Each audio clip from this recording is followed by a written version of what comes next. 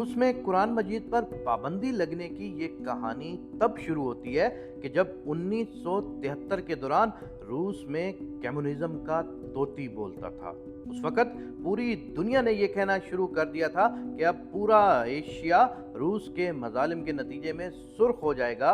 ان دنوں پاکستان سے ایک مسلمان ماسکو ٹریننگ کے لیے چلا گیا۔ وہ کہتا ہے کہ جمعے کے دن میں نے اپنے دوستوں سے کہا کہ چلو نماز جمعہ ادا کرنے کی تیاری کرتے ہیں، تو انہوں نے کہا کہ بھائی کون سا جمعہ، کیسا جمعہ؟ یہاں تو تمام مسجدوں کو گودام بنا دیا گیا ہے، اور جو ایک دو مساجد بچ گئی تھیں ان کو سیاحوں کی قیام گاہ بنا دیا گیا ہے۔ صرف 2 ہی مساجد اس پورے شہر میں بچی ہیں کہ جو کبھی بند اور کبھی کھلی ہوتی ہیں۔ اس شخص نے اپنے ان ساتھیوں سے کہا کہ آپ مجھے مساجد کا پتہ بتا دیں، میں خود ہی وہاں جمعہ ادا کرنے چلا جاتا ہوں۔ میں ان سے مسجد کا پتہ لے کر مسجد تک پہنچا تو مسجد بند پڑی تھی۔ مسجد کے پڑوس میں ہی ایک بندے کے پاس مسجد کی چابی تھی۔ میں نے اس آدمی کو کہا کہ برائے مہربانی مسجد کا دروازہ کھول دو کہ مجھے یہاں نماز ادا کرنی ہے۔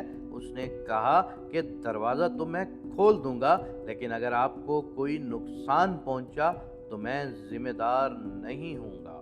میں نے کہا کہ دیکھیں جناب، میں پاکستان میں بھی مسلمان تھا اور روس کے ماسکو میں بھی مسلمان ہی ہوں۔ پاکستان کے کراچی میں بھی نماز ادا کرتا تھا اور روس کے ماسکو میں بھی نماز ادا کروں گا، چاہے کچھ بھی ہو جائے۔ اس شخص نے میری بات سن کر مسجد کا دروازہ کھولا تو اندر مسجد کا ماحول بہت خراب تھا۔ میں نے جلدی ساری مسجد کی اچھے طریقے سے صفائی کی اور مسجد کی حالت اچھی کرنے کی کوشش کرنے لگا۔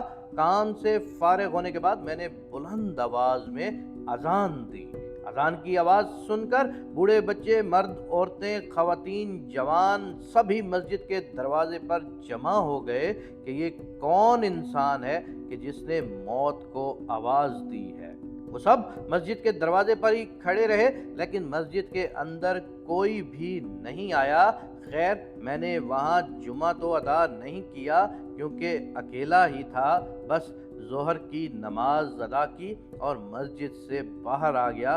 جب میں جانے لگا تو لوگ مجھے ایسے دیکھ رہے تھے کہ جیسے میں نماز ادا کر کے باہر نہیں نکلا بلکہ دنیا کا کوئی نیا کام متعارف کروا کر مسجد سے نکلا ہوں۔ ایک بچہ میرے پاس آیا اور کہا کہ آپ ہمارے گھر چائے پینے آئیں۔ اس کے لہجے میں خلوص ایسا تھا کہ میں انکار ہی نہ کر سکا۔ میں اس کے ساتھ ان کے گھر گیا تو گھر میں طرح طرح کے پکوان بن چکے تھے اور میرے آنے پر سب لوگ بہت خوش دکھائی دے رہے تھے۔ میں نے کھانا کھایا، چائے پی تو ایک بچہ ساتھ بیٹھا ہوا تھا۔ میں نے اس سے پوچھا آپ کو قرآن پاک پڑھنا آتا ہے؟ تو اس بچے نے کہا کہ جی بالکل، قرآن پاک تو ہم سب کو آتا ہے۔ میں نے جیب سے قرآن مجید کا چھوٹا نسخہ نکالا اور کہا مجھے یہ پڑھ کر سناؤ۔ بچے نے ایک نظر قرآن پاک کو دیکھا، پھر مجھے دیکھا، پھر قرآن پاک کو دیکھا اور ماں باپ کو دیکھ کر دروازے کو دیکھا، پھر مجھے دیکھنے لگا۔ میں نے سوچا کہ اس کو قرآن پڑھنا نہیں آتا، تو آخر اس بچے نے کہا کیونکہ اس کو قرآن پڑھنا آتا ہے۔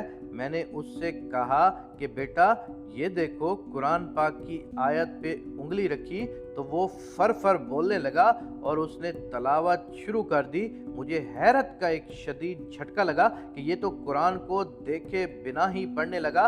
میں نے اس کے والدین سے کہا کہ حضرات یہ کیا معاملہ ہے؟ تو انہوں نے مسکرا کر کہا کہ دراصل ہمارے پاس قرآن پاک موجود نہیں، کسی کے گھر سے قرآن پاک کی آیت کا ایک ٹکڑا بھی مل جائے تو اس تمام خاندان کو پھانسی کی سزا دی جاتی ہے، اس وجہ سے ہم لوگ قرآن پاک گھروں میں نہیں رکھتے۔ تو پھر اس بچے کو قرآن کس نے سکھایا؟